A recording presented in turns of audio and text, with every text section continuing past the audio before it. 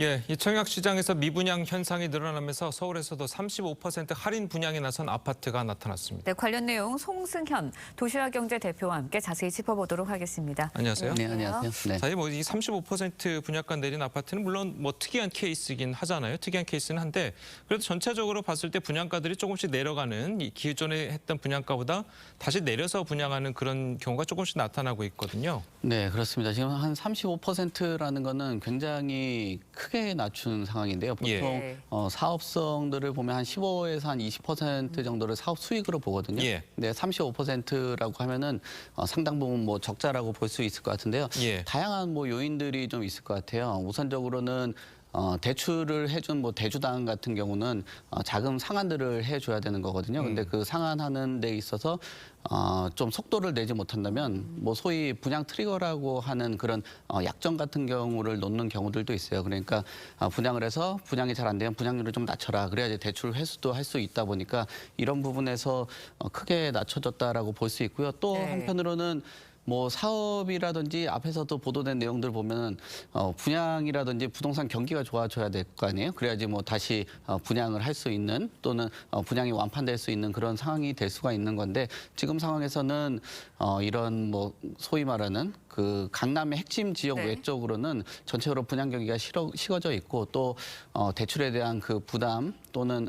소비자들이 봤을 때 너무 높은 가격이라고 평가가 된다면 시장에서 외면받는 그런 현상들이 나타나고 있기 때문에 이런 35%가 주는 그 의미가 네. 특히나 서울에서 나타났다는 건 굉장히 크게 작용할 것 같습니다. 예. 35%나 분양가가 낮춰진 이 아파트의 경우에는 지난해 6월부터 입주를 시작했지만 최초 분양 기준으로 91%나 민분양이 됐거든요.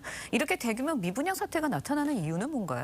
우선 가격이 좀 비싸다고 봐야 되겠죠. 최근 들어서 이번 정부에서 부동산 관련돼서 상당히 완화를 했거든요. 1.3 대책 때. 네. 특히나 분양 시장에서는 PF 문제라든지 금융적인 부분 때문에 풀기 위해서 상당히 낮췄습니다. 그래서 무순위 청약이라고 하는 그 제도를 마련해서 다주택자도 분양 시장에 뛰어들 수 있고 또는 지금 뭐 네. 청약 통장도 다시 뭐 재당첨 제한이라든지 뭐 이런 것들도 없애서 획기적으로 늘렸던 편이거든요. 근데 이 35%라는 거는 결국 가격이 높다. 그리고 가격이 높다라는 거는 수요자들이 이 집을 사서 뭐 대출 갚고 최근 물가 올라가는 거 생각을 해봤을 때는 역시나 부담스럽다라고 볼 수 있는 것 같아요. 최근 서울의 주택 구입 물량 지수 같은 경우 보면은 내가 중위소득으로 살 수 있는 집이 서울에 세 채밖에 없거든요. 그렇다는 건 결국은 주택 가격이 어느 정도 조정돼 줘야지 수요자들이 이런 분양 시장이라든지 부동산 시장에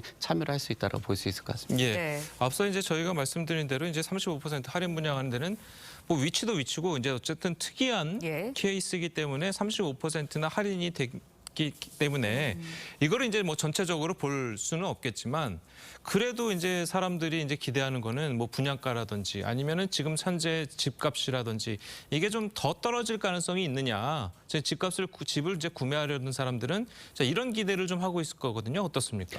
네, 그렇습니다. 최근에 그 부동산 관련된 플랫폼에서도 설문조사를 했었거든요. 예. 근데 부동산 관련 플랫폼에서 설문조사를 했다라는 건 결국 부동산에 관심이 있는 사람들이 설문에 참여를 했었는데 전체적으로 봤을 때 10명 중에 한 6명 정도는 부동산 가격이 좀 떨어진다라고 보고 있고요. 그 요인 같은 경우는 불과 한 몇 달 전만 해도 금리에 대한 부담이 제일 순위가 높았었는데 뭐 다른 설문들 뭐 이런 것들에서 그런데 이 플랫폼에서 설문조사한 내용들을 보니까 가장 압도적으로 24% 정도 되는 것이 집값이 더 내려가 줘야 된다라는 의견들이 많았고요. 예. 그 다음으로는 경기에 대한 그 뭐 침체 국면 뭐 이런 것들에 대한 부담들이 있나 봐요. 그런 예. 부분들이 두 번째를 차지했고 오히려 금리에 대한 속도라든지 이런 것들이 조금 뭐랄까요? 뭐 보폭이 뭐 네. 줄어드는 경우들도 있고 또는 뭐 보폭이 아예 그냥 걷지를 않는 그런 상황까지도 있다 보니까 금리에 대한 인상에 대한 우려는 조금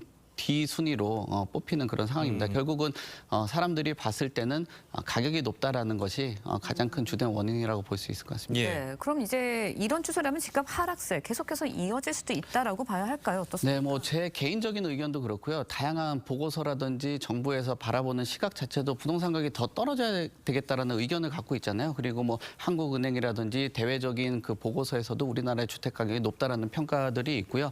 그리고 아까 말씀드린 거는 그런 이런 기간 외적으로 소비자들이 보는 그런 주택 가격이거든요. 그러니까 소비자들이 봤을 때도 높다라는 평가들도 있고 최근에 매매 수급 지수라고 해서 그 매수자하고 매도자 간의 어떤 뭐 주택을 바라보는 수준을 보는데 이런 것들도 매수자가 우위인 시장입니다. 그러니까 매수자가 우위라는 거는 결국은 공급자가 매수자의 가격에 맞춰서 거래를 할 수밖에 없는 환경이다 보니까 매수자가 보는 그 시각 자체가 집값이 더 떨어져야 된다고 말씀드렸잖아요. 그러면은 가격이 추가적으로 하락 국면으로 돌입하는 것이 멈추기는 좀 어려운 그런 상황이라고 볼 수 있을 것 같습니다. 예, 그래도 이제 뭐 분석이나 뭐 예. 그런 거는 좀 그런데 이제 사실상 이제 시장에 나가 보면 현재 이제 특례 보금자리론도 있고 네. 그리고 이제 모든 그 기존 5대 은행에서 특례 보금자리론과 대응하기 위해서 특례 보금자리론보다 네. 금리 좀 낮춰가지고 이제 네. 주담대를 내놓고 있잖아요. 네.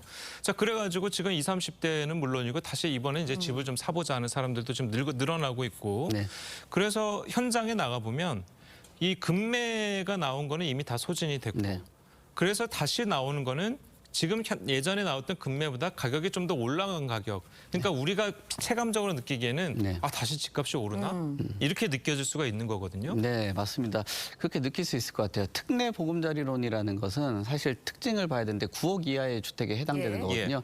결국은 시장 안에서 아까 중위 가격이 서울의 10억 이하인데 중위 가격보다 낮은 가격 그리고 아까 지적하신 것처럼 금매 중심으로 거래가 된다라는 거예요. 그럼 시장에서는 거래량이 최근 늘어난 건 사실입니다. 뭐 예년 평균이 한 5천에서 한 6천 건인데 그래도 한 2, 3천 건 정도 되면은 물론 작년 7월 기준으로 해서 1,000건 밑으로 떨어졌거든요. 그럼 반등했다라는 거는 맞는데 여전히 평년에 대비했을 때 낮은 부분도 있고요. 거래 비중 자체가 상승 거래보다 하락 거래 비중이 좀 더 많아요. 그러면은 시장에서 봤을 땐 9억 이하의 주택, 9억 이하의 주택에 대출을 활용할 수 있는 것들 그리고 초금매 중심으로 거래가 되다 보니까 거래 가격이 뭐 거래량은 좀 찍히고는 있는데 네. 그런 게 상승을 하는 구조보다는 하락하는 그런 구조에서 나오고 있습니다. 현장에서는 말씀하신 것처럼 호가가 좀 올라가다 보니까 뭐 그 호가는 올라가긴 했는데 실질적으로 계약하는 단계에서는 그 매수자들이 약간 발을 빼는 그런 구조이기 때문에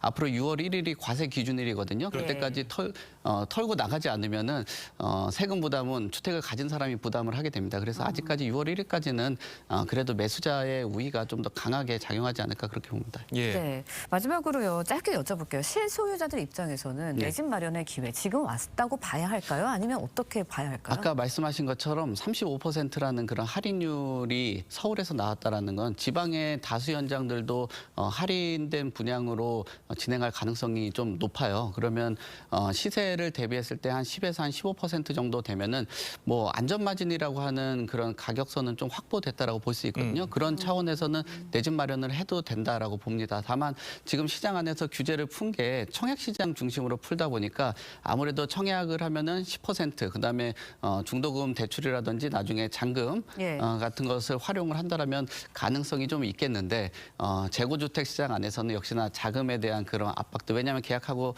한 일반적으로 한 두세 달 안에 잔금까지 마련을 해야 되거든요. 그런 시장은 조금 어렵지 않을까 그렇게 봅니다. 예, 알겠습니다. 자, 오늘 말씀 여기까지 듣겠습니다. 잘 들었습니다. 고맙습니다. 네, 감사합니다.